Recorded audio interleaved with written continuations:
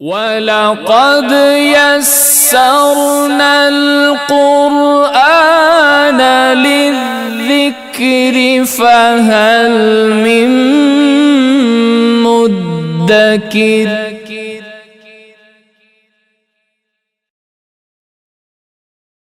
اعوذ باللہ من الشیطان الرجیم بسم اللہ الرحمن الرحیم صلاۃ والسلام علیک یا رسول اللہ وعلی آلک واصحابک یا حبیب اللہ۔ الحمدللہ ثم الحمدللہ، جیسا کہ ناظرین اکرام آپ کے علم میں ہے کہ الحمدللہ جامع مسجد مصطفیٰ ولایت آباد نمبر 1 پاک کالونی میں ہونے والے تمام پروگرامز اور خطبات جمعہ الحمدللہ لائیو نشر کیے جاتے ہیں ہمارے آفیشیل پیج فیض نثاریہ سے۔ اللہ تعالیٰ کا فضل و احسان ہے کہ الحمدللہ آپ لوگ اسے سراہتے ہیں، اسے سماعت فرماتے ہیں، اور ہماری مائیں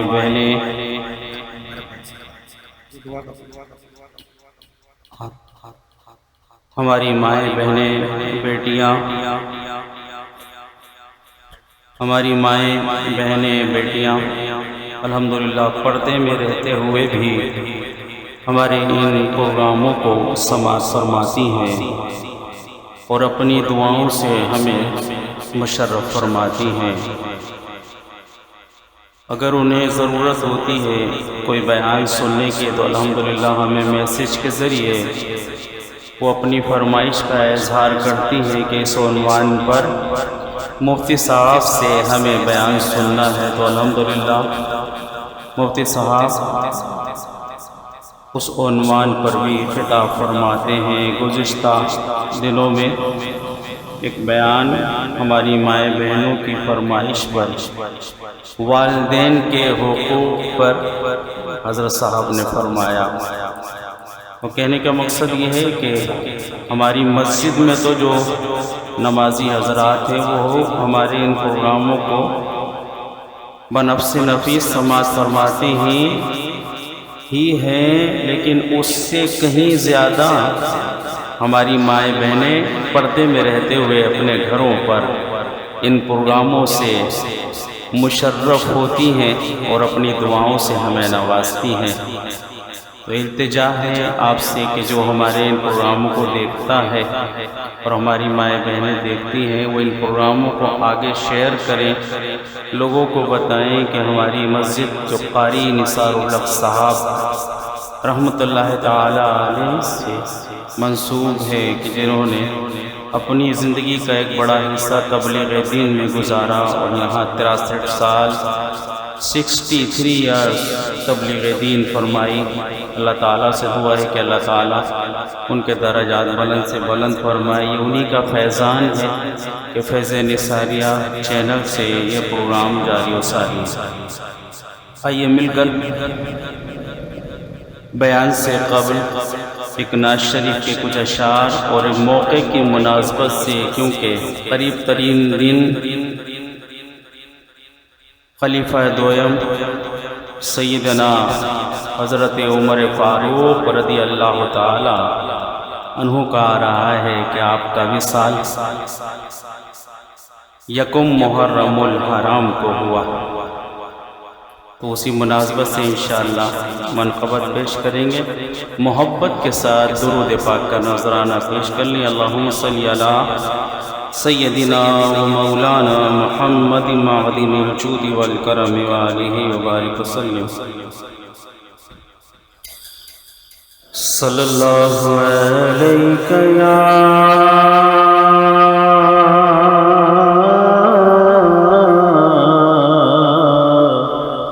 یا رسول اللہ وسلم علیک یا حبیب اللہ۔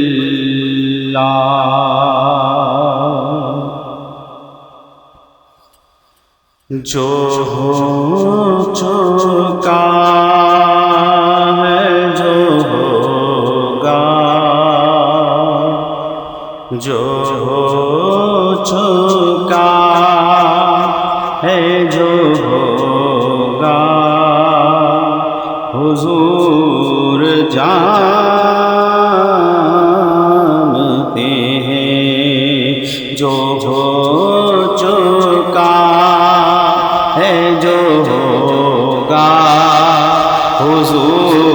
جانتے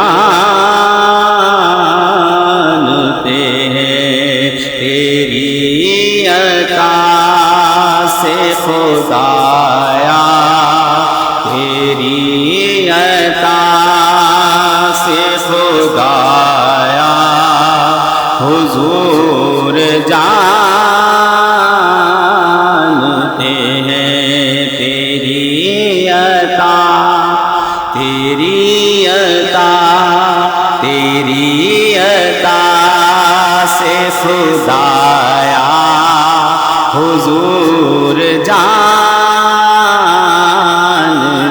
ہیں۔ شاعر نے بلا قلم کر دیا اعتراض کرنے والوں کو کہ اللہ تعالیٰ جسے چاہتا ہے اسے مرتبوں سے سرفراز فرماتا ہے، تو تیری عطا سے خدایا، حضور جانتے ہیں۔ خدا کو دیکھا نہیں اور ایک مان لیا، خدا کو دیکھا نہیں اور ایک مان لیا، کہ جانتے تھے صحابہ حضور جانتے ہیں، کہ جانتے تھے صحابہ حضور جانتے ہیں۔ منافقوں کا عقیدہ وہ غیب دان نہیں، منافقوں کا عقیدہ وہ غیب دان نہیں، اور صحابیوں کا عقیدہ، صحابیوں کا عقیدہ کیا حضور جانتے ہیں، صحابیوں، صحابیوں کا عقیدہ حضور جانتے ہیں، تیری عطا سے خدایا، حضور جانتے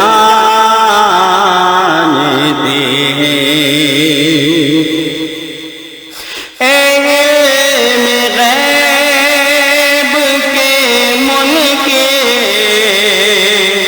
خدا کو دیکھا ہے، سب سے بڑا جو غیب ہے وہ ہے خداوند کریم، کہ اس کو مخلوق میں حضور اکرم صلی اللہ تعالیٰ علیہ وسلم کے علاوہ ظاہری آنکھوں سے کسی نے نہ دیکھا ہے، نہ کوئی دنیا میں رہتے ہوئے دیکھ سکتا ہے۔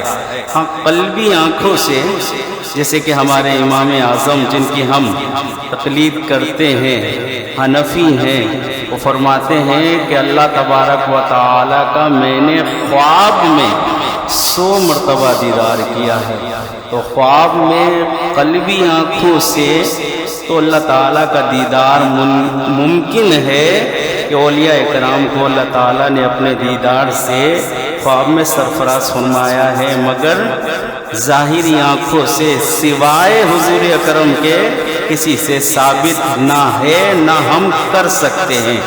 اگر کوئی کوشش بھی کرے گا تو یہ کفر ہوگا۔ علم غیب کے منکر خدا کو دیکھا ہے، تجھے بھی کہنا پڑے گا، حضور جانتے ہیں، تجھے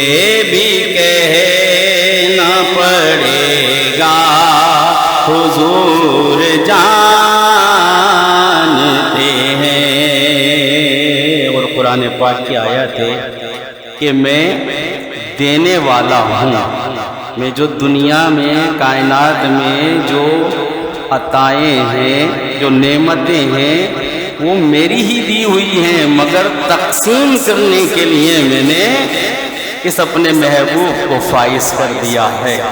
یہ قرآن پاک کی آیت کا ترجمہ ہے۔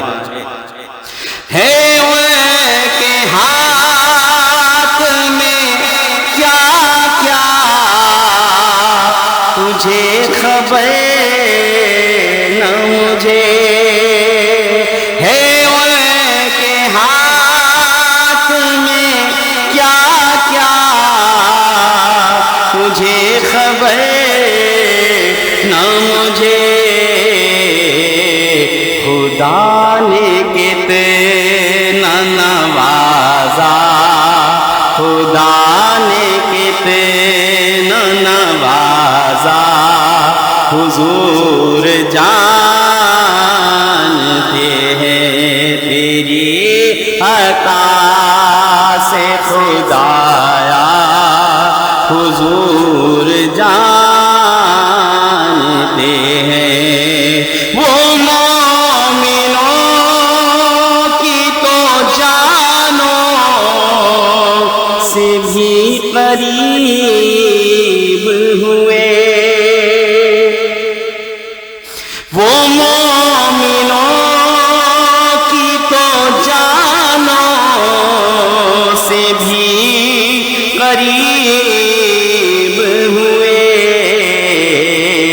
کہاں سے کس نے پکارا حضور جانتے ہیں، کہاں سے کس نے پکارا، کہاں سے کس نے پکارا، حضور جانتے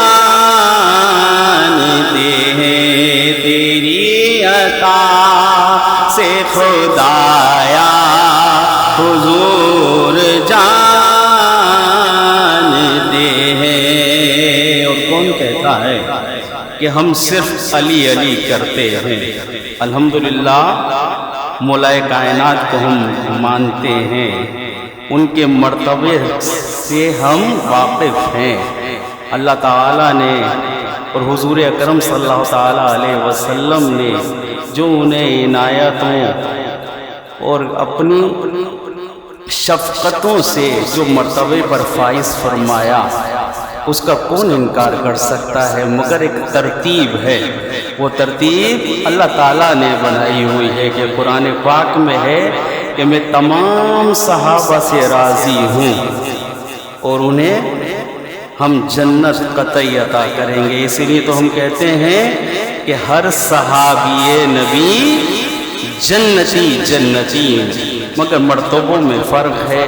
وہ جانتا ہے کہ کس کا مرتبہ کتنا بلند ہے، کتنا فائز کرا ہے میں نے مرتبوں پہ، بس وہ جانتا ہے۔ ہمیں اس میں تفریق کرنے کی کوئی ضرورت نہیں، ہم ترتیب کے قائل ہیں۔ اسی لیے تو سلایا ہے اپنے پہنوں میں، کہ جو بھی آج روز مبارک پر جاتا ہے وہ جہاں حضور اکرم صلی اللہ تعالیٰ علیہ وسلم کی بارگاہ میں اپنا سلام کا نذرانہ پیش کرتا ہے، وہاں یہ دو ساتھی بھی ہیں، انہیں بھی وہ سلام کرتا ہے۔ اسی لیے تو سلایا ہے اپنے پہنوں میں، کہ یار غار کا رتبہ، کہ یار غار کا رتبہ حضور جانتے ہیں تیری عطا سے خدایا، حضور جانتے ہیں۔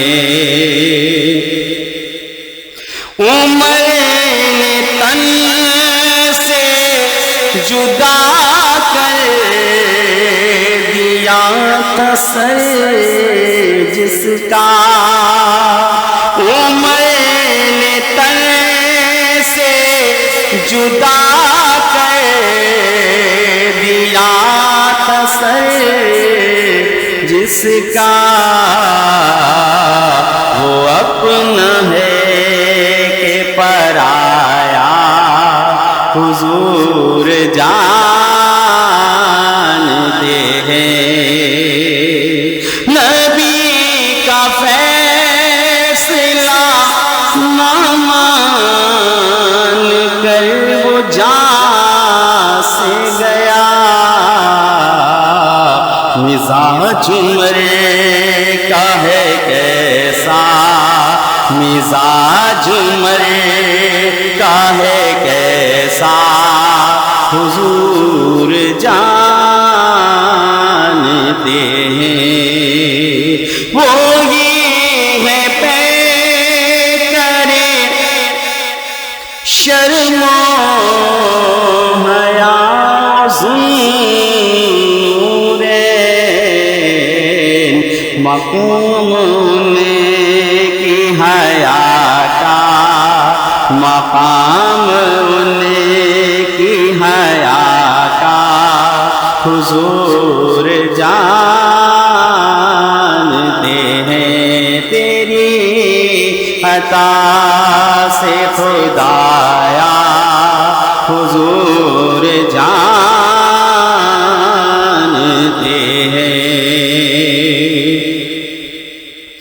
ہے جس کے مولا حضور سے کہ ہیں علی مولا، ہے جس کے مولا حضور سے کہ ہیں علی مولا،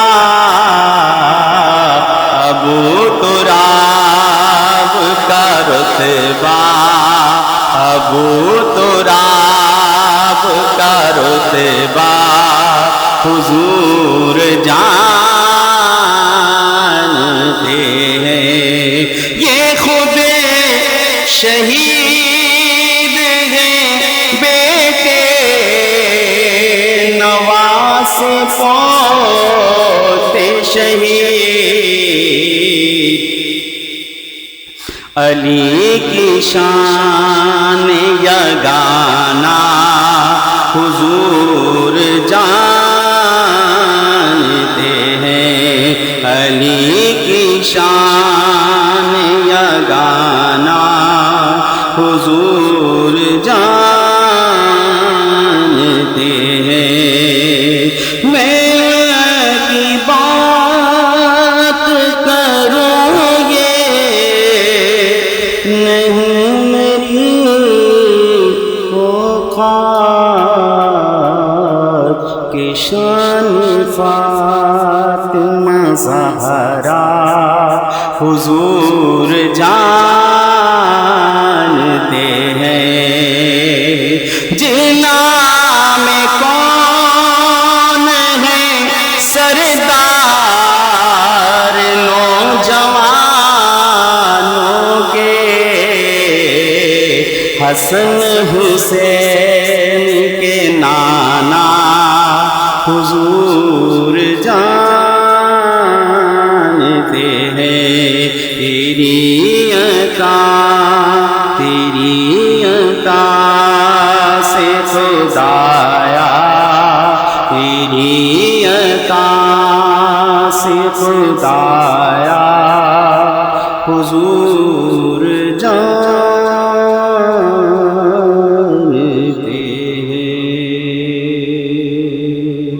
محبت کے ساتھ درود پاک کا نذرانہ پیش کر لیجئے، انشاءاللہ وقت کی مناسبت سے سیدنا عمر فاروق رضی اللہ تعالی عنہ کی شان میں لکھی ہوئی منقبت برادر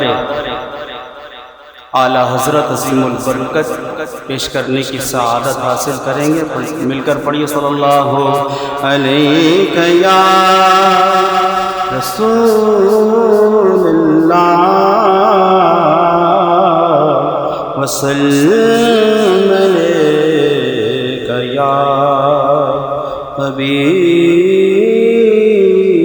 اللہ۔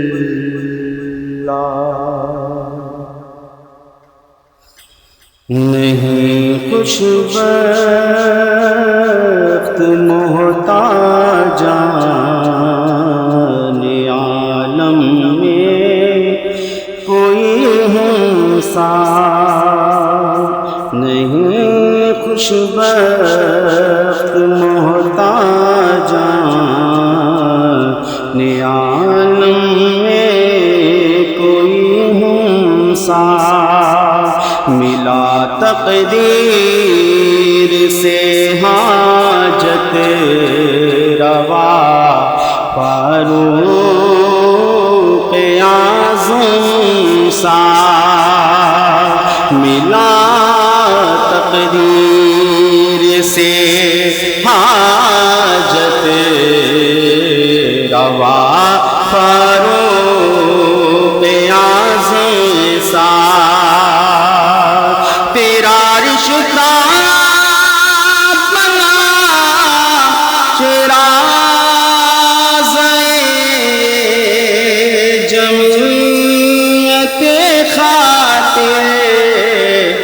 بڑھا تھا دفتر دین کتاب اللہ برہم سا، ملا تقدیر سے حاجت روا فاروق اعظم سا،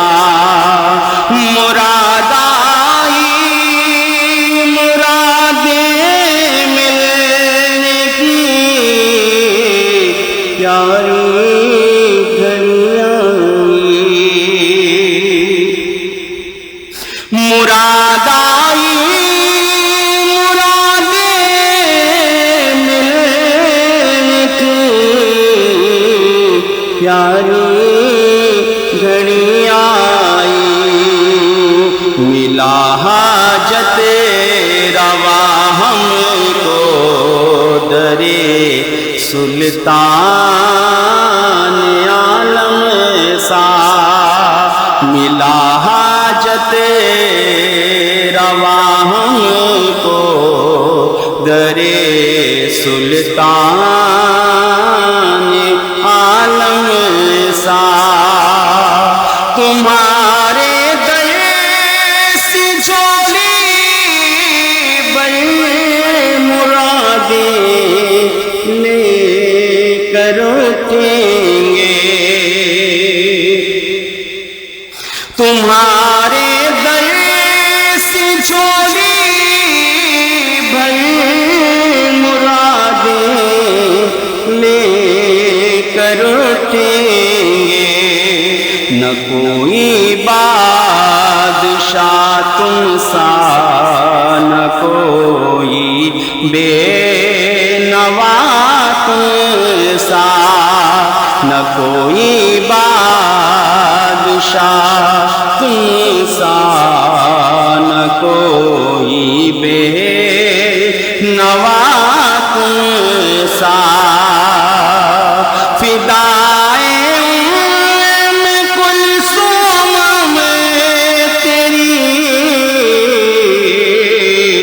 تقدیر یاور کے۔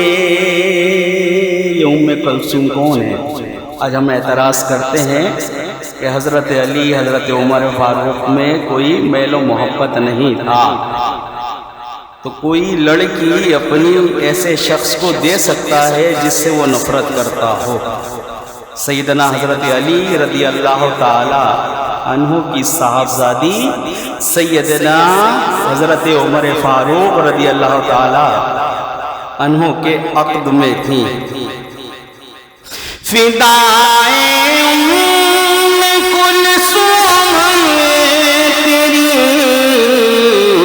تقدیر یاور کے، علی بابا ہوا دو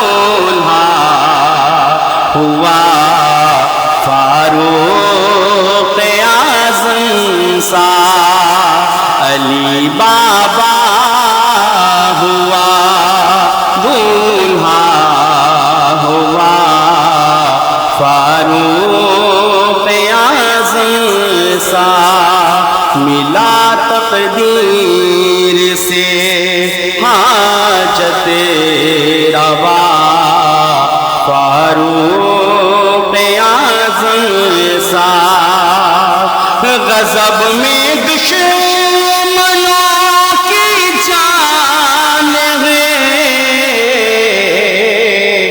تیرے سرافکن سے،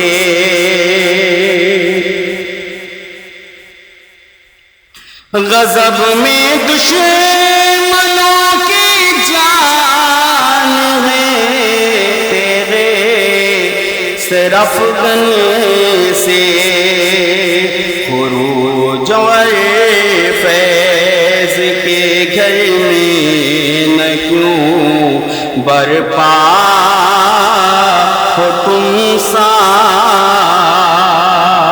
خروج اور فضل کے گھر میں نہ کیوں برپا ہو ماتم سا۔ جس دن سیدنا حضرت عمر فاروق رضی اللہ تعالی عنہ اپنے خالق حقیقی سے جا ملے، کچھ دشمنان عمر فاروق اس دن عید مناتے ہیں۔ برادر اہل سنت کیا فرما رہے ہیں؟ منائیں عید جو زندگی میں تیری شہادت کی، منائیں عید جو زندگی میں تیری شہادت کی، الہی روز ماہ حسن انہیں گزرے محرم سا، الہی روز ماہ حسن انہیں گزرے محرم سا،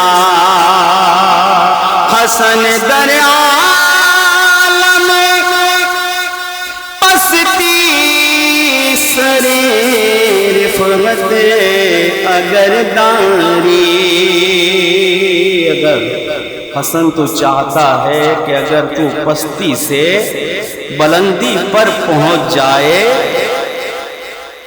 حسن در عالم پستی سر رفعت اگر داری، بیان فرق ارادت بردر فاروق اعظم سا، اگر تو چاہتا ہے کہ پستی سے بلندی تک پہنچ جائے تو اپنے سر کو فاروق اعظم کے در پر جھکا دے۔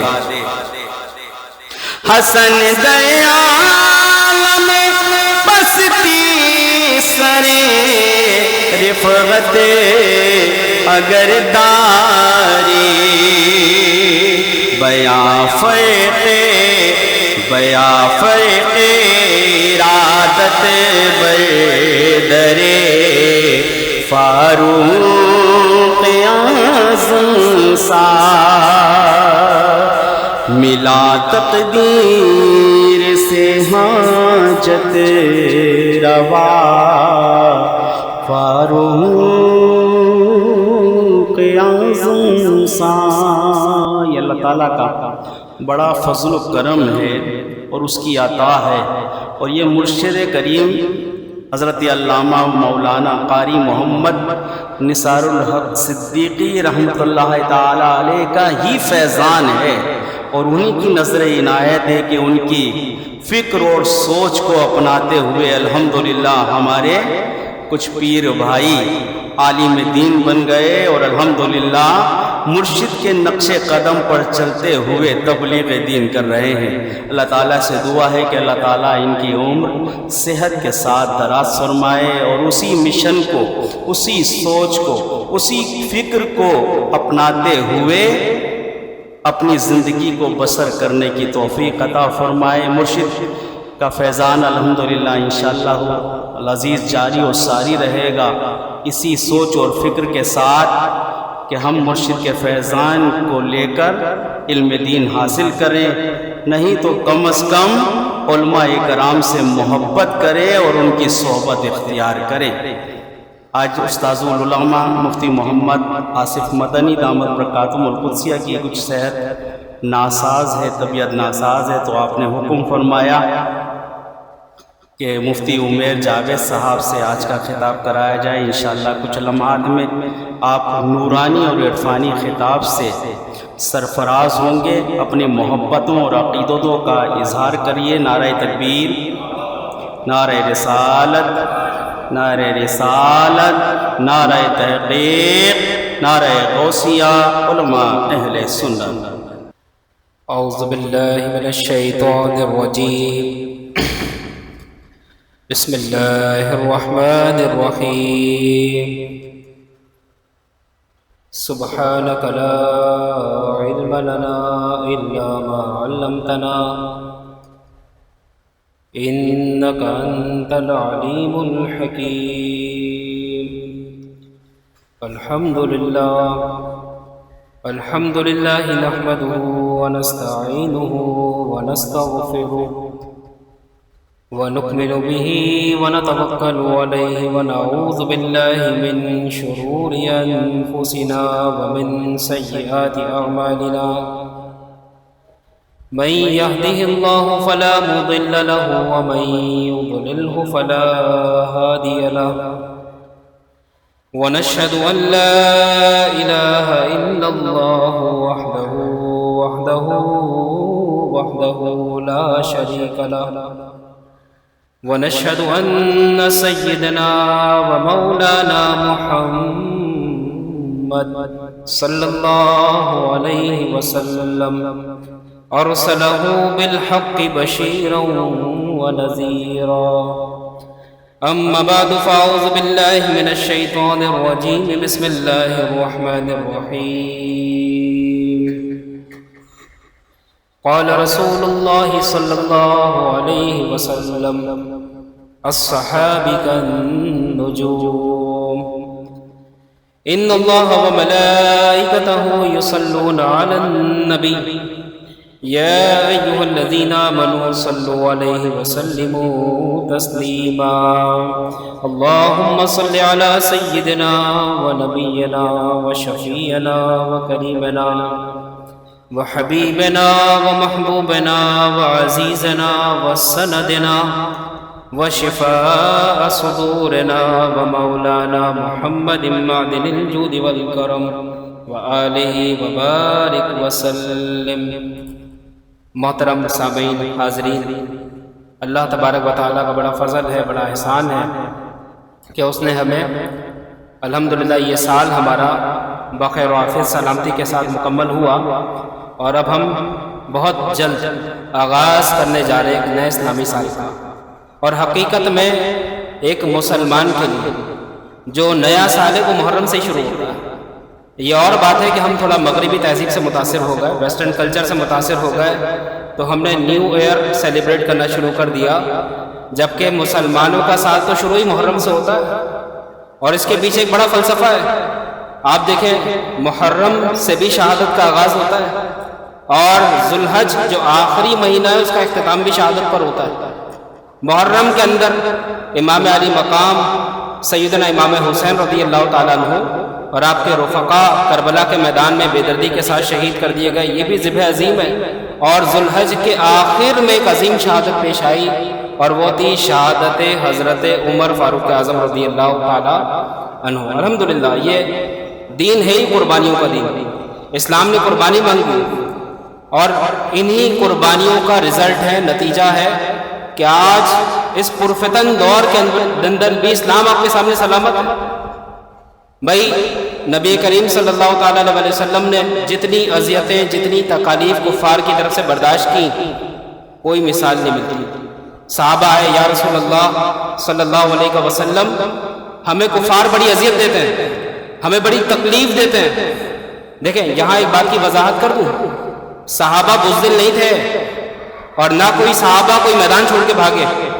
ہاں، یہ اور بات ہے، بشری تقاضوں کے مطابق کبھی کبھار اصحاب سرکار دو عالم کے پاس آئے اور حضور سے دعا کا کہا، یا رسول اللہ دعا فرمائے کہ ہمارے حالات بڑے تنگ ہیں، کفار کی طرف سے بڑی اذیتیں دی جاتی ہیں، تو میرے نبی صلی اللہ تعالیٰ علیہ وسلم کے پاس کچھ اصحاب آئے جو السابقون الاولون کے تھے، یعنی اسلام کا جو شروع کا دور ہے، جو بڑی اذیتوں اور تکلیفوں کو اپنے اندر سموئے ہوئے تھا، اس وقت کے صحابہ سرکار دو عالم صلی اللہ علیہ وسلم کے پاس آئے اور آ کے کہنے لگے یا رسول اللہ بڑی تکلیفیں دی جاتی ہیں، بڑی اذیتیں دی جاتی ہیں، کیوں نہ ہو بھئی آپ کے سامنے آپ کا لخت جگر مارا جا رہا ہو، خون بہایا جا رہا ہو، تکلیفیں دی جا رہی ہوں، کھانے پینے پہ پابندی لگا دی جائے، آپ کا سوشل بائیک آؤٹ کر دیا جائے، تو آپ کو لگے گا زمین آپ کے لیے تنگ ہوگی۔ اپنے بھی بات نہ کریں، پرائے تو دور کی بات ہے، اپنے لوگ جو کل ساتھ بیٹھتے تھے، جو کندھے سے کندھا ملا کے کھڑے ہوتے تھے، جو ہر چیز میں ہمارے دکھ درد میں شامل ہوتے تھے، آج صرف دین حق کی ترویج کی وجہ سے ان لوگوں نے چہرہ پھیر لیا، اور صرف چہرہ ہی نہیں پھیرا بلکہ اذیتیں دینے پر آ گئے، تکلیفیں دینے پر آ گئے۔ تو صحابہ سے بشری تقاضوں کے مطابق رہا نہ کیا، اور وہ سرکار اقدس صلی اللہ علیہ وسلم کے پاس آئے، یا رسول اللہ آپ ہمارے لیے خالی دعا فرما دیں کہ اللہ تعالیٰ ہماری تکلیف کو آسان کر دے اور ان لوگوں کو ہدایت دے۔ تو دوستو یہ التجا بالکل جائز تھی، اس میں کوئی قباحت نہیں تھی، دعا کے لیے کہا جا سکتا ہے، لیکن نبی صلی اللہ تعالیٰ علیہ وسلم کا جملہ سماعت فرمایا۔ اللہ کے نبی نے کیا فرمایا؟ اے میرے صحابہ، کیا میں تمہیں پچھلی قوموں کی مثال نہ دوں؟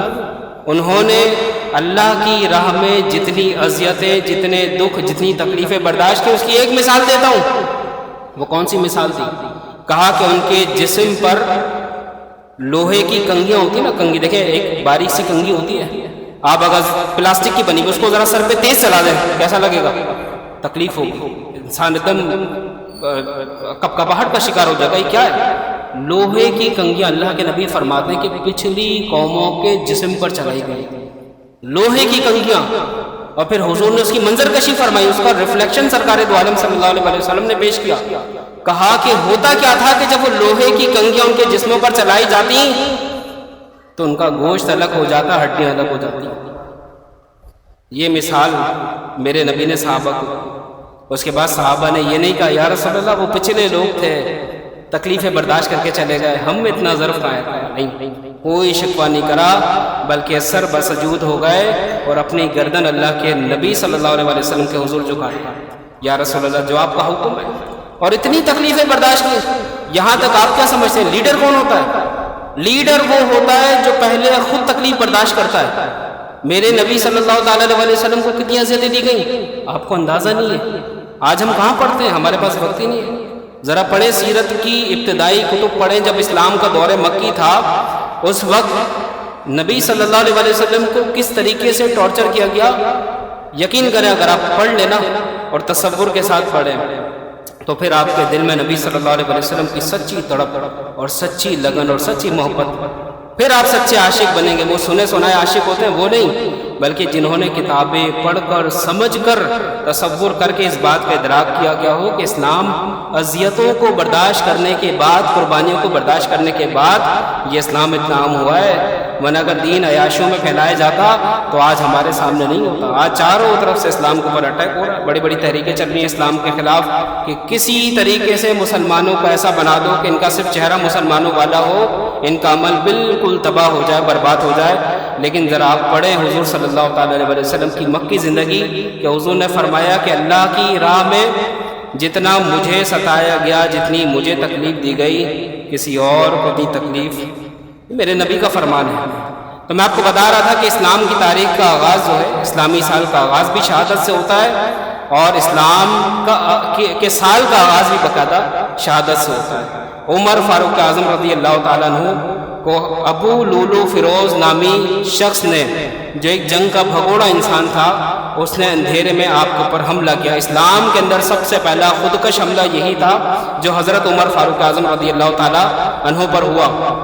اس کے بعد آپ زخمی ہو گئے، اور روایات میں آتا ہے کہ یکم محرم سے 1 یا 2 دن پہلے عمر فاروق اعظم رضی اللہ تعالیٰ عنہ کا جنازہ تیار تھا۔ اسی لیے ہم کہتے ہیں کہ یہ شہادت پر ہی اختتام ہے اور شہادت پر ہی آغاز ہے۔ بعض لوگوں کو اس سے اختلاف ہوتا ہے کہ عمر فاروق اعظم کو کب یکم محرم کو شہید کیا گیا۔ ارے عمر فاروق اعظم کا جنازہ موجود تھا یکم محرم۔ پھر آپ اندازہ کریں عمر فاروق اعظم کا دور انتہائی سنہری ترین دور تھا تاریخ اسلام کا، جب حضرت ابو بکر صدیق رضی اللہ تعالیٰ عنہ جب بیمار ہوئے اور آپ کے اوپر نکاحت طاری ہوئی، تو حضرت ابو بکر صدیق رضی اللہ تعالیٰ عنہ نے مجلس شورا بلا لیا، کہا کہ بھئی جتنے بھی مشیر ہیں، جتنے بھی ہمارے مشورہ دینے والے ہیں، وہ سب آ جائیں۔ اس میں اکابر صحابہ موجود تھے۔ دیکھیں اسلام میں شورائی نظام ہے، شورائی نظام سے مراد یہ ہوتا ہے کہ اگر آپ کو حکومت بنانی ہے تو آپ چند سمجھدار، سلجھے ہوئے، دیانتدار، پارسا قسم کے لوگوں کو بٹھا لیں، جن کی پوری زندگی آپ کے سامنے ہو، جن کو آپ نے ہمیشہ دیکھا ہو کہ وہ سچ بولتے ہو، ان سے کبھی کرپشن ثابت نہ ہو، ان سے کبھی جھوٹ، کبھی بددیانتی ثابت نہ ہو۔ ایسے لوگوں کی ایک ٹیم ہوتی ہے جن کی سوچ وسیع ہوتی ہے، تنگ نظر والے لوگ نہیں ہوتے۔ تو حضرت ابو بکر صدیق رضی اللہ تعالیٰ عنہ کو اس بات کی فکر تھی کہ جو نظام سرکار دو عالم صلی اللہ علیہ وسلم لے کر چلے، اس نظام کو میرے بعد کون چلائے گا؟ تو پھر آپ اس فکر میں گھل رہے تھے، تو آپ نے اپنے صحابہ کی مجلس شورا بلا لی اور کہا کہ بھئی آپ لوگ بتائیں کہ اگلا خلیفہ کون ہوگا۔ تو سارے صحابہ نے رائے دی، تو حضرت ابو بکر صدیق رضی اللہ تعالیٰ عنہ نے کیا کہا کہ میری رائے یہ ہے کہ عمر کو خلیفہ ثانی بنا دیا جائے۔ حضرت ابو بکر نے ریکمنڈیشن دی، فیور کیا حضرت عمر فاروق اعظم کو، کہا کہ میری نظر میں اس وقت خلافت کا سب سے زیادہ جو حقدار ہیں وہ حضرت عمر فاروق اعظم رضی اللہ تعالیٰ عنہ ہیں، ان سے زیادہ کوئی بھی حقدار۔ حضرت صدیق اکبر نے کہا تھا، صحابہ نے اپنی گردنیں جھکا دی، اور بڑے بڑے اصحاب جو تھے اسی وقت حضرت عمر فاروق اعظم رضی اللہ تعالیٰ عنہ کے دستے حق پرست پر باقاعدہ بیعت ہو گئے، اور ان بیعت ہونے والوں میں باقاعدہ حضرت علی بھی شامل تھے اور اہل بیت اطہار بھی شامل تھے، اور کئی اکابر صحابہ جو تھے آپ کے ہاتھ پر بیعت ہو گئے، اور آج جسے آپ کا لقب ہو گیا امیر المؤمنین خلیفۃ المسلمین۔ یہ عمر فاروق اعظم کی خلافت کا باقاعدہ آغاز تھا۔ 22 جمادی الثانی کو عمر فاروق اعظم رضی اللہ تعالیٰ عنہ اس منصب عظیم پر فائز ہوئے۔ بس آپ کا اس خلافت پر فائز ہونا تھا۔ سبحان اللہ، ایسا انقلاب آیا کہ آج تک صرف اپنے نہیں، پرائے بھی تعریف کرتے ہیں کہ عمر فاروق اعظم رضی اللہ تعالیٰ عنہ نے جو نظام متعارف کرائے، چاہے وہ عدالت کا نظام ہو، جوڈیشری ہو، چاہے وہ تعلیم کا نظام ہو، چاہے وہ فائنینشل کوئی ہمارا معاشی نظام ہو، جو نظام عمر فاروق اعظم رضی اللہ تعالیٰ عنہ نے متعارف کرایا وہ نظام سب سے بہتر اور سب سے اچھا نظام تھا۔ یہ ہماری کتابوں میں نہیں لکھا، باقاعدہ آکسفورڈ اور کیمبرج والوں نے بھی یہ بات کہی، بلکہ یورپ کے اندر تو ایک قانون بنا ہوا ہے عمر لا کے نام سے۔ وہ کہتے ہیں کہ جب ہم عمر فاروق اعظم کے دور کا نقشہ دیکھتے ہیں تو ہمیں ہر طرف انصاف نظر آتا ہے، اور یہ وہی عمر ہیں جنہوں نے کہا تھا کہ اگر میرے دور خلافت کے اندر اگر فرات کے کنارے بکری کا بچہ بھی پیاسا مر جائے تو ذمہ دار عمر ہے۔ اور یہ وہی عمر ہے جو راتوں کو جب خلقت سو رہی ہوتی تھی، لوگ آرام کر رہے ہوتے تھے، میٹھی میٹھی نیند سو رہے ہوتے تھے، یہ وہ حکمران نہیں تھے جو لگژری لائف گزارے جن کے بڑے بڑے بنگلو ہوں، وہ نہیں تھے، بلکہ عمر فاروق اعظم کیا کرتے کہ رات کو تنہا بغیر سیکیورٹی کے، بغیر حفاظتی دستے کے آپ اپنے علاقے کی گلیوں میں نکل جاتے تھے اور ایک ایک گھر کے پاس سے گزرتے تھے تاکہ مجھے پتا ہو کہ بھئی اس وقت حالات کیا چل رہے ہیں۔ آپ کو سب سے زیادہ تڑپ اور سب سے زیادہ فکر اس بات کی تھی کہ دور خلافت میرا ہے، بیت المال اس وقت میرے ہاتھ میں چل رہا ہے، خدا نہ خواستہ کوئی گھر ایسا نہ ہو کہ جہاں پر کوئی بھوکا سو جائے، جہاں پر کوئی پیاسا تڑپ تڑپ کے مر جائے۔ تو عمر فاروق اعظم باقاعدہ گشت کیا کرتے تھے، راتوں کو راؤنڈ لیا کرتے تھے۔ یہ آپ کے دور خلافت کا ایک سنہری اصول اور سنہری واقعہ۔ پھر جب عمر فاروق اعظم کا دور آیا تو دشمنان اسلام بہت الرٹ ہو گئے، انہوں نے کہا کہ صدیق اکبر رضی اللہ تعالیٰ عنہ بھی چلے گئے، عمر فاروق اعظم کا مقابلہ ہم کر سکتے ہیں، ہمارے لیے کوئی بڑا مسئلہ نہیں ہے۔ تو بہت بڑے بڑے فتنے اس وقت سامنے آئے، لیکن عمر فاروق اعظم استقامت کا پیکر بن کے ان سے لڑتے رہے۔ اور سب سے بڑا فتنہ کیا تھا میں آپ کو بتا دوں، ذرا تاریخ کو آپ پڑھیں تو دیکھیں جس وقت دور خلافت عمر رضی اللہ تعالیٰ عنہ تھا، بلکہ اس سے پہلے سے بھی دنیا کے اندر 3 سپر پاورز تھیں، 3 سپر پاورز۔ ایک سپر پاور تھی سلطنت روم، جو اٹالین امپائر ہے، یہ سپر پاور تھی، جو اٹلی کے اندر آپ کو معلوم ہے کہ رومیوں سے کتنی جنگیں ہوئی ہیں۔ ایک جنگ صدیق اکبر رضی اللہ تعالیٰ عنہ کے دور میں بھی ہوئی تھی۔ اس کے بعد دوسری جو بڑی سپر پاور تھی وہ تھی سلطنت فارس، جس کو پرشین امپائر کہا جاتا ہے، جو ہمارا ایران ہے۔ یہ ایران اس وقت بہت بڑی سلطنت تھا۔ اور تیسری جو سلطنت تھی وہ سلطنت حبشہ تھی۔ تو سب سے زیادہ جو خطرہ تھا وہ سلطنت فارس سے خطرہ تھا. اور وہ خطرہ کیوں تھا اس کا تھوڑا سا اگر بیک گراؤنڈ دیکھیں تو میں آپ کو کچھ چند باتیں آپ کے گوش گزار کرنا چاہتا ہوں. دیکھیں عمر فاروق اعظم رضی اللہ تعالیٰ عنہ کے دورہ خلافت سے پہلے صدیق اکبر رضی اللہ تعالیٰ عنہ کا دورہ خلافت تھا. تو صدیق اکبر نے حضرت خالد بن ولید رضی اللہ تعالیٰ عنہ کو سپہ سالار بنایا تھا ایک جنگ کا.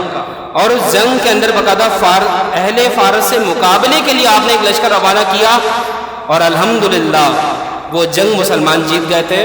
اور فارس کا ایک بڑا رقبہ جس کو سلطنت ہیرا کہا جاتا ہے مسلمانوں کے پاس آ گیا. اب یہ اتنا بڑا حصہ جب مسلمانوں کے پاس آ گیا تو فارس کا جو اس وقت بادشاہ تھا جو کسرا کہلاتا ہے اس کو مسلمانوں کے اوپر بڑا غصہ تھا, کیونکہ اس کو افسوس تھا کہ ہماری سلطنت کا اتنا بڑا حصہ کٹ کر مسلمانوں کے پاس کیسے چلا گیا. تو وہ اس طاق میں تھا کہ جیسے ہی صدیق اکبر کا وصال ہو اور ایک بہت بڑی جنگ مسلط کرنے کے بعد یہ حصہ باقاعدہ مسلمانوں سے واپس لے لیا جائے. تو اس کے لیے اس نے ایک بہت بڑے جنگجو کا انتخاب کیا جس کا نام تھا رستم. بہت بڑا کمانڈو تھا اور یہ ایسا کمانڈو تھا لوگ اس کے مقابلے کی طاق میں نہیں آتے تھے, بلکہ اس کے انڈر میں کئی پاورفل لوگ تھے, کئی لوگ جو ہے وہ آرمی کا کام اس کے انڈر میں کرتے تھے. اس کے دو شاگرد بڑے مشہور تھے, ایک کا نام تھا جبن اور ایک کا نام تھا بہمن, اور یہ دونوں عمر فاروق اعظم کے دور میں باقاعدہ مارے گئے. تو اب یہ جو سلطنت ہیرا تھی مسلمانوں کے پاس آ گئی تو اس کو بڑا غصہ تھا. پھر جب عمر فاروق اعظم کا دور آیا تو اس فارس کے بادشاہ نے مسلمانوں کے خلاف ایک پروپیگنڈا اور کیا. اس نے کیا کیا کہ اس وقت مشہور صوبہ تھا جو صوبہ عراق کہلاتا تھا. آپ کو معلوم ہے یہ جو عراق ہے یہ اس وقت ملک نہیں تھا بلکہ یہ پرشین پروونس کے اندر آتا تھا, فارس کے صوبے کے اندر آتا تھا, اور باقاعدہ اس کا پورا نظام چلانے والے ایرانی ہوتے تھے. تو یہاں کے کچھ قبائل تھے جو عرب سے بالکل بارڈر سے ٹچ ہوتے تھے. تو اس بادشاہ نے ان قبائل کو پیسے دے کر ان کو مسلمانوں کے خلاف استعمال کیا. پھر تیسرا, بحرین کے لوگ مسلمانوں کے شدید ترین دشمن تھے. تو فارس کا جو بادشاہ تھا اس نے بحرین کے لوگوں کی مسلمانوں کے مقابلے میں مدد کی. اور چوتھی دلیل یہ میں آپ کو اس لیے بتا رہا ہوں کہ دیکھیں پروپیگنڈا کیا جاتا ہے میڈیا پر کہ اسلام دہشت گردی کا مذہب ہے, اسلام جو ہے وہ ریلیجن آف ٹیررزم ہے, ریلیجن آف ایکسٹریمزم ہے, یہ پروپیگنڈا کیا جاتا ہے. تو آج میں آپ کو بتانا چاہتا ہوں کہ تلوار مسلمانوں کی طرف سے پہلے نہیں اٹھی, تلوار ہمیشہ مشرکین کی طرف سے, دین دشمنوں کی طرف سے اٹھی ہے. ہاں دفاع کرنا اپنا حق ہے. جب تلوار اسلام کے خلاف اٹھائی گئی تو اپنی جان بچانا, اپنے مال کا تحفظ کرنا, اپنی عزت کا تحفظ کرنا, مسلمانوں کا تحفظ کرنا یہ مسلمانوں پر فرض ہے, ضروری ہے.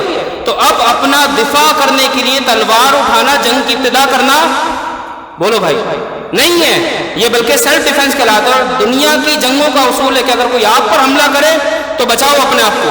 اسی لیے اللہ نے کہا کہ اپنی دفاعی سرحدوں کو مضبوط کرو. ہتھیار بنانا جرم نہیں ہے بلکہ ثواب ہے. اگر آپ اسلام کو بچانے کے لیے ہتھیار بناتے ہیں, جہاد کے لیے اگر ہتھیار بناتے ہیں تو یہ گناہ نہیں بلکہ یہ ثواب کا کام ہے. تو چونکہ فارس کا جو بادشاہ تھا مسلمانوں کا دشمن بن گیا, اور دشمن ایسی دشمنی کہ خطرناک ترین دشمنی پر اتر آیا, تو اس نے کیا کرا, مسلمانوں کے خلاف غلط پروپیگنڈے کرنا شروع کر دیے. یہ بات حضرت عمر فاروق اعظم کے علم میں آ گئی. عمر فاروق اعظم نے اسی وقت حضرت ابو عبید ثقفی رضی اللہ تعالیٰ عنہ کو بلایا اور کہا کہ ہمیں اس کا جواب دینا پڑے گا. عمر فاروق اعظم نے باقاعدہ حضرت ابو عبید ثقفی رضی اللہ تعالیٰ عنہ کو اپوائنٹ کیا اور کہا کہ آپ جائیں اور مسلمانوں کا تحفظ کریں. تو یہ بہت بڑا لشکر لے کر پھر باقاعدہ اہل فارس کے مقابلے پر گئے, اور اس جنگ کے اندر رستم کا مشہور شاگرد موجود تھا جس کا نام تھا بہمن, جس کا نام تھا یہ موجود تھا. الحمدللہ مسلمان استقامت کے ساتھ لڑے, تعداد میں کم تھے, کفار تعداد میں بہت زیادہ تھے, لیکن دوستو جنگوں میں تعداد سے کچھ نہیں ہوتا, ایمان سے سب کچھ ہوتا ہے. بدر کے وقت بھی مسلمانوں کے پاس کچھ نہیں تھا, نہ ہتھیار تھے نہ تعداد تھی, لیکن دوستو ایمان ضرور تھا. تو وہ اقلیت جو تھی وہ اکثریت پر غالب آ گئی. تو ہمارے نزدیک جو اہل ایمان ان کے نزدیک تعداد کچھ بھی نہیں ہوتی, ان کے نزدیک جو اسٹینڈرڈ اور کرائٹیریا ہوتا ہے وہ انسان کے اندر کا ایمان ہوتا ہے. تو مسلمانوں کا ایمان سلامت, انہوں نے جنگ کی. الحمدللہ اس جنگ کو مسلمان بہت ہی خوش اسلوبی کے ساتھ جیت گئے. اب اہل فارس کو مسلمانوں پر اور غصہ آیا, تب انہوں نے اگلے جنگ کے پوائنٹ کا انتخاب کیا. انہوں نے کہا کہ دوسری جنگ لڑ کر ہم مسلمانوں سے باقاعدہ بدلہ لیں گے. اب یہ دوسری جنگ کہاں پر ہوئی, اس کی اگر آپ تاریخ پڑھیں تو باقاعدہ تاریخ نگار لکھتے ہیں کہ دریائے فرات جو عراق کے اندر موجود ہے, دریائے فرات پر اس وقت ایک پل بنا ہوا تھا. اب تھوڑا سا نقشہ اگر اپنے ذہنوں میں لائیں, بیچ میں پل ہے، نیچے دریا رواں دواں ہے، دریا کے ایک طرف اہل فارس کا لشکر موجود ہے اور دوسری طرف مسلمانوں کا لشکر موجود ہے۔ مسلمانوں کی تعداد تقریباً 5000 سے 9000 یا 9000 تھی غالباً، اور ان کی تعداد لاکھوں میں تھی۔ اس جنگ کے اندر رستم کا جو شاگرد تھا اس نے حضرت ابو عبیدہ ثقفی رضی اللہ تعالیٰ عنہ کو للکارا اور کہا کہ اگر آپ کے اندر ہمت ہے تو پل کو کراس کریں ورنہ ہم آ جاتے ہیں۔ یہ اس نے باقاعدہ دھمکی دی، تڑی لگائی کہ اگر آپ کے اندر ہمت ہے تو آپ پل کراس کریں ورنہ ہم آ کے آپ سے لڑتے ہیں۔ تو دیکھیں مسلمان کی بصیرت کو سلام بھیجیں کہ دیکھیں جو لیڈر ہوتا ہے وہ خود فیصلہ نہیں کرتا۔ ابو عبیدہ ثقفی کا انتخاب عمر فاروق اعظم نے ایسے ہی تھوڑی نہ کر دیا تھا، اس کے پیچھے بہت بڑی وجہ تھی۔ ابو عبیدہ ثقفی نے اپنے مشیروں کو بلایا، کہا کہ دیکھو معاملہ اس وقت بڑا پرفتن ہے، کیا کرنا چاہیے، ہم پل کراس کریں یا نہ کریں؟ تو آپ کے چاہنے والوں نے کہا حضرت پل کراس کرنا سمجھداری نہیں، ابھی نہ کریں، یہ تھوڑا سا آپ رک جائیں، ابھی یہ فیصلہ نہ کریں کہ ہمیں پل کراس کرنا چاہیے نہیں، ہو سکتا ہے کہ اس کے پیچھے ان کی کوئی سازش ہو، اس کے پیچھے ان کا کوئی گیم چھپا ہو۔ تو آپ کے چاہنے والوں نے منع کر دی، لیکن آپ نے سوچا جب شہادت مقدر میں لکھی ہوتی ہے دوستو تو سب کچھ ہو جاتا ہے۔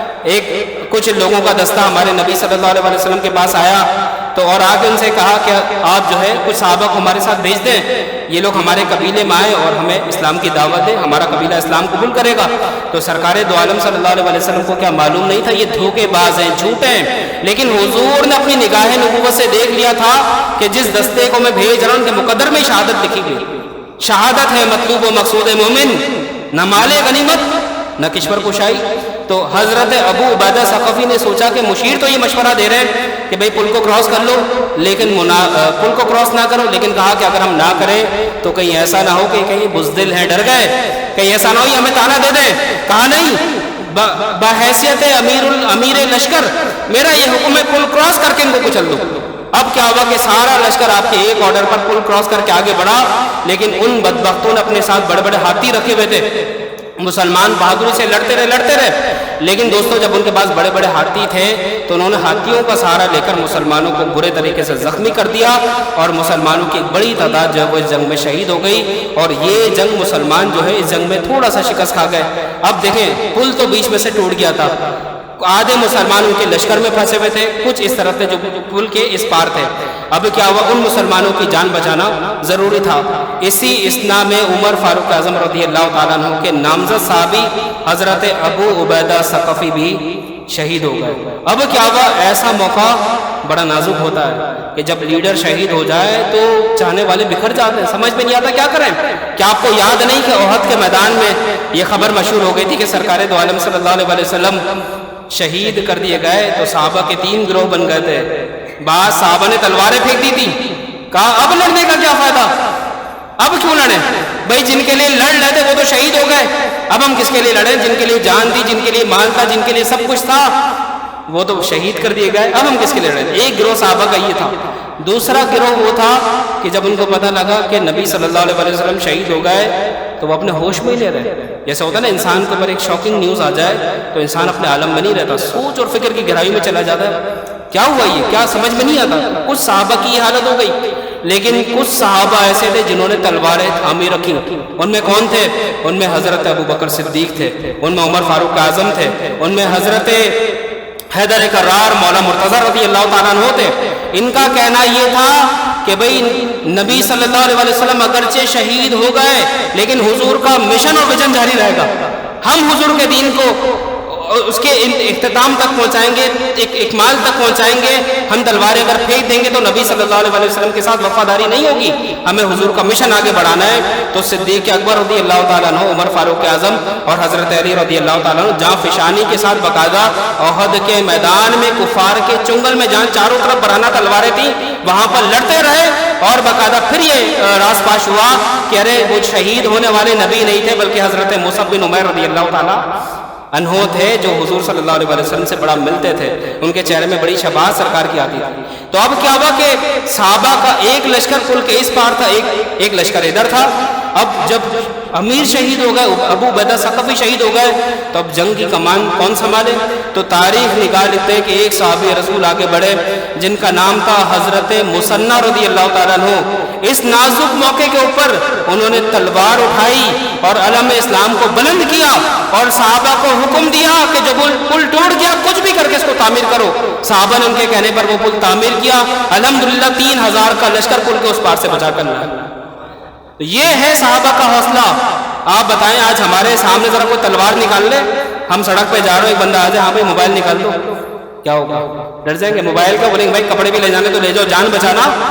یہی بات ہے نا کہ ہم ایک موبائل سے ڈر جاتے, ہم ایک ہتھیار کو دیکھ کر ڈر جاتے ہیں. وہاں ذرا یہ مثال میں نے اس لیے دی, ذرا تصور کریں کہ چاروں طرف تلواریں ہوں اور حضرت مثنی کو موقع تھا بھاگ جاتے, چلے جاتے, لیکن پل بنوا کر باقاعدہ امت مسلمہ کو بچا کے لائے. اس سے یہ بھی پتہ لگا کہ ایک مسلمان کی جان کی کیا حرمت ہے, ایک مسلمان کی جان کی کیا ویلیو ہے. بھائی کہتے تو ان کے پاس دلیل تھی کہ جنگ میں تو سب کچھ جائز ہے, جنگ میں تو یہ بھی جائز ہے کہ جب کفار کی تعداد ڈبل سے زیادہ ہو جائے, سورہ انفال آپ پڑھیں تو آپ باقاعدہ حکمت کے تحت پیچھے ہٹ سکتے ہیں, تو جان تو بچائی جا سکتی تھی. اور یہ بھی دلیل دی جا سکتی تھی کہ اگر ہم شہید ہو جائیں گے تو آگے کون لڑے گا.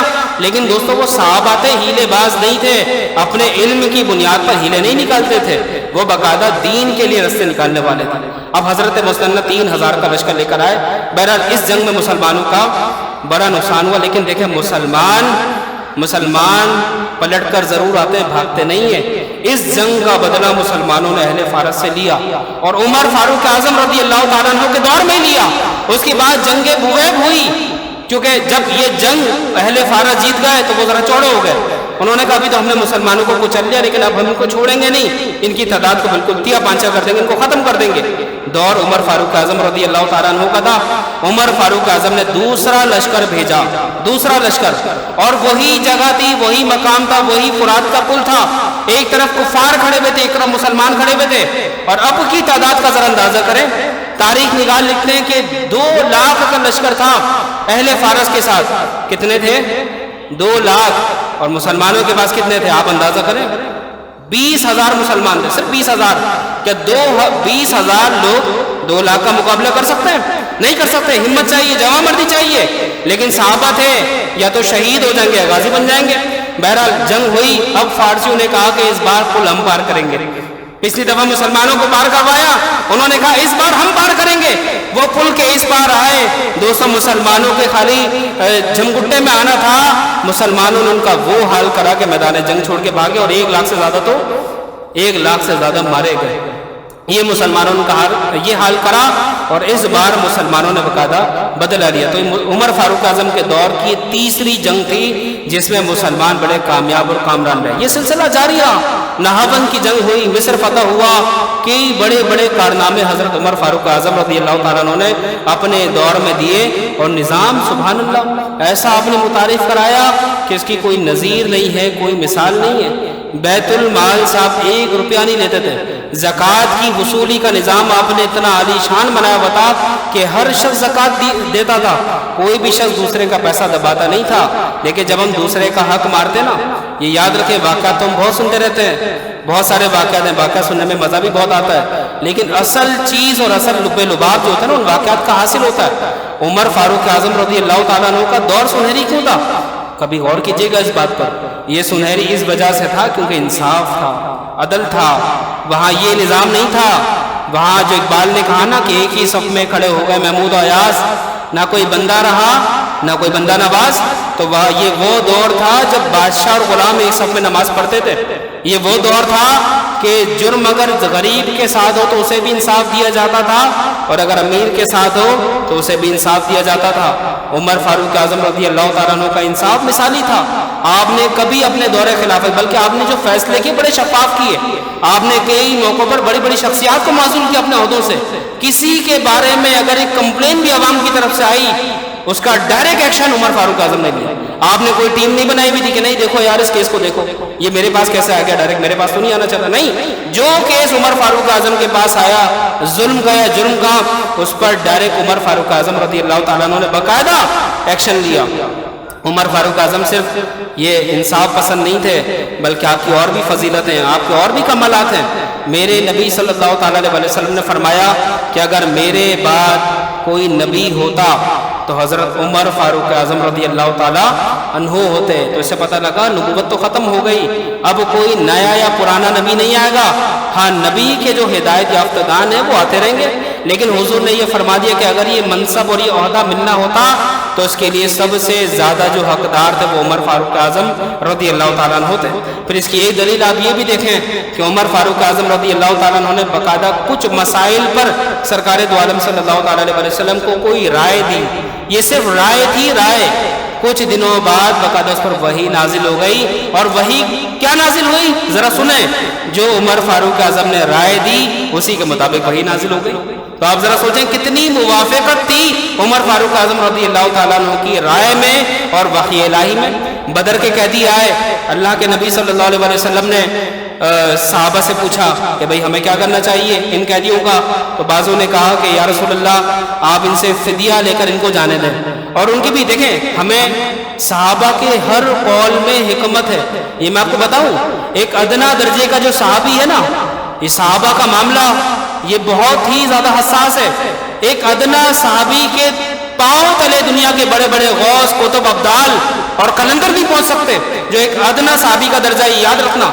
تو صحابہ نے جو سرکار دو عالم صلی اللہ علیہ وسلم کو مشورہ دیا وہ انتہائی خلوص پر مبنی تھا. تو بعض صحابہ نے کہا یا رسول اللہ کیا یہ اچھا ہو کہ آپ ان سے فدیہ لے لیں اور ان کو جانے دیں. اس کی وجہ یہ ہے کہ آئندہ ان کے لیے اسلام قبول کرنے کی راہیں کشادہ ہوں گی. دیکھیں کتنی پیاری رائے تھی. لیکن عمر فاروق اعظم رضی اللہ تعالیٰ عنہ نے الگ رائے دی. کہا کہ یا رسول اللہ بہتر یہ کہ ان قیدیوں کو فوراً قتل کر دیا جائے. اب یہ بات ذرا سخت تھی, لیکن یہی بات بالکل قابل قبول تھی. کیوں؟ عمر فاروق اعظم کی دلیل یہ تھی یا رسول اللہ اگر ان کو چھوڑ دیا گیا تو یہ بعد میں اسلام پر دوبارہ حملہ آور ہو سکتے ہیں, اور اب تو یہ ہمارے راز بھی جان گئے, اور اگر یہ دوبارہ ہم پر حملہ آور ہوئے تو یہ لازمی پھر دوسرے طریقے سے حملہ کریں گے. تو عمر فاروق اعظم نے یہ رائے دی. کچھ دیر بعد نبی صلی اللہ تعالیٰ علیہ وسلم پر یہ وحی نازل ہو گئی کہ ان قیدیوں کو باقاعدہ مار دیا جائے, ان کو کسی کو بھی پناہ نہ دی جائے. ایسے کئی مواقع تھے کہ جب عمر فاروق اعظم نے نبی صلی اللہ علیہ وسلم کو کوئی رائے دی تو قرآن کی جو آیت تھی, آیت ربانیہ تھی, وہ عمر فاروق اعظم رضی اللہ تعالیٰ عنہ کی رائے سے موافقت کرتے ہوئے باقاعدہ نازل ہوئی. یہ عمر فاروق اعظم کی بصیرت تھی. اور آپ کچھ معاملات میں بڑے حساس تھے. نبی صلی اللہ تعالیٰ علیہ وسلم کی ذات پر کوئی بات آ جائے تو آپ کو معلوم ہے کہ سب سے پہلے تلوار کون اٹھاتا تھا؟ کون؟ حضرت عمر رضی اللہ تعالیٰ عنہ. ایک منافق اور یہودی کا جھگڑا ہو گیا تو نبی صلی اللہ علیہ وسلم کے پاس کیس آیا. مشہور حدیث ہے, خلاصہ آپ کو بتا دوں کہ حضور کے پاس کیس آیا. میرے نبی تو انصاف کرنے والوں کے بھی تاجور اور شہنشاہ ہیں. حضور نے فرمایا کہ بھئی یہودی برحق ہے, فیصلہ اسی کے حق میں ہمارا. تو اس منافق کو یہ بات ہضم نہیں ہوئی. بھئی نبی کا فیصلہ تھا, نبی اگر یہ کہہ دیں کہ رات نہیں دن ہو رہا ہے یا دن نہیں رات ہو رہا, ہم قبول کر لیں گے. یا رسول اللہ آپ کا کہنا سچ ہے, پہاڑ اپنی جگہ سے ہل سکتا ہے لیکن آپ کی بات 1% بھی غلط نہیں ہو سکتی, تو ہمارا تو یہی ایمان ہے. اس منافق نے کہا نہیں یہ فیصلہ صحیح نہیں ہے, یہ فیصلہ میں حضرت عمر سے کرواؤں گا. اس بدبخت نے یہ کہا اور یہ دونوں آ گئے حضرت عمر کے پاس. حضرت عمر جب فیصلہ کرنے جا رہے تھے یہودی نے بتا دیا, اے عمر فیصلہ کرنے سے پہلے میری ایک بات سن لیں. کہا کیا؟ کہا اس کیس کا فیصلہ ہو چکا. اچھا کس نے کیا؟ کہا تمہارے نبی صلی اللہ علیہ وسلم نے فیصلہ کیا ہے اور میرے حق میں فیصلہ کیا ہے. اب دیکھیں ذرا عمر فاروق اعظم کے عشق رسول کو دیکھیں. کہا ٹھیک ہے. گھر میں گئے, برہنہ تلوار لے کر آئے اور اس منافق کا سر قلم کر دیا. اور کیا کہا؟ وہ تاریخی جملہ کہا کہ جو نبی کا فیصلہ نہیں مانتا عمر کو اس کے بارے میں یہ فیصلہ ہے. جو نبی کا فیصلہ نہیں مانتا عمر کا اس بدبخت کے بارے میں یہ فیصلہ, اس کی گردن جو سر سے جدا کر دی. کیونکہ دیکھیں اس نے حضور کا فیصلہ نہ مان کر کیا کیا, اس نے حضور صلی اللہ تعالیٰ علیہ وسلم کو معاذ اللہ عادل کہنے سے, منصف کہنے سے انکار کر دیا, اور حضور کی کسی ایک صفت کا بھی انکار کرنا یہ توہین رسالت میں آتا ہے. تو اس معاملے میں عمر فاروق اعظم بڑے ہی حساس تھے. تو دوستو آپ کی فضیلتوں کا کیا ہی کہنا, آپ کی شان کا کیا ہی کہنا. اللہ نے آپ کو وہ مقام دیا کہ تا قیام قیامت عمر فاروق اعظم کے قصیدے پڑھے جاتے رہیں گے. آپ کی تعریف, آپ کی توصیف اور آپ کی شان منبر و محراب سے انشاءاللہ بیان ہوتی رہے گی. یہ اور بات ہے اللہ تعالیٰ نے آج مجھے موقع عطا فرمایا. گلا کچھ خراب تھا لیکن الحمدللہ عمر فاروق اعظم کا فیض ہے, ایک بھی دفعہ گلا بیٹھا نہیں, ورنہ 5 منٹ میں بول نہیں پا رہا تھا, کھانسی اتنی زیادہ ہو رہی تھی. یہ انہی کا فیض ہے. اللہ تعالیٰ ہمارے مفتی صاحب کو صحت عطا فرمائے, سلامتی عطا فرمائے. وآخر دعوانا